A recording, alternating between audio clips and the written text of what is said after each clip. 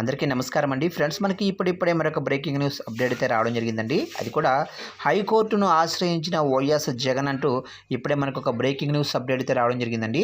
అయితే ఇందుకు సంబంధించిన పూర్తి వివరాలు అయితే మన వీడియోలో తెలుసుకుందామండి. ఎందుకు ఏంటి అనేది వీడియో మాత్రం ఎక్కడ స్కిప్ చేయకుండా చూడండి ఫ్రెండ్స్. అప్పుడే మనకి పూర్తి సమాచారం అయితే తెలుస్తుంది.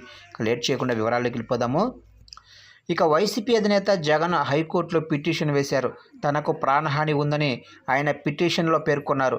తనకు సెక్యూరిటీని కూడా పెంచాలంటూ ఆయన హైకోర్టును ఆశ్రయించారు.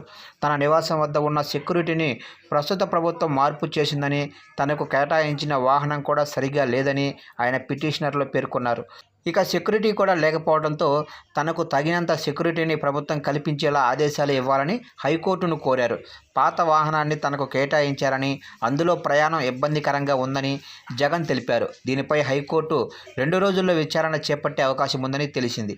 తన ప్రాణాలకు ముప్పు వాటిల్లే అవకాశం ఉందని ఆయన చెప్పడంతో దీనిపై హైకోర్టు విచారణ జరిపి ప్రభుత్వానికి ఆదేశాలు జారీ చేసే అవకాశాలైతే ఉన్నాయి. తనకు గతంలో ఉన్న భద్రతను కూడా కొనసాగించాలని ఆయన కోరారు.